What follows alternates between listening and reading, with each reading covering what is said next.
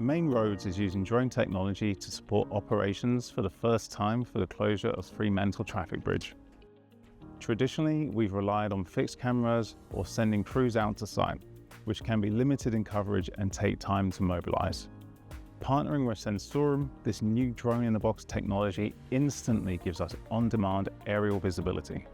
Sensorem's CASA-certified pilots enable us to access live information when we need it, without having to deploy people into the field. It allows us to make faster decisions, manage traffic more effectively, and ultimately improve safety for road users. Sensorem's proud to be supporting traffic monitoring during the new Fremantle Bridge construction using our SensHub Infinity drone-in-the-box system.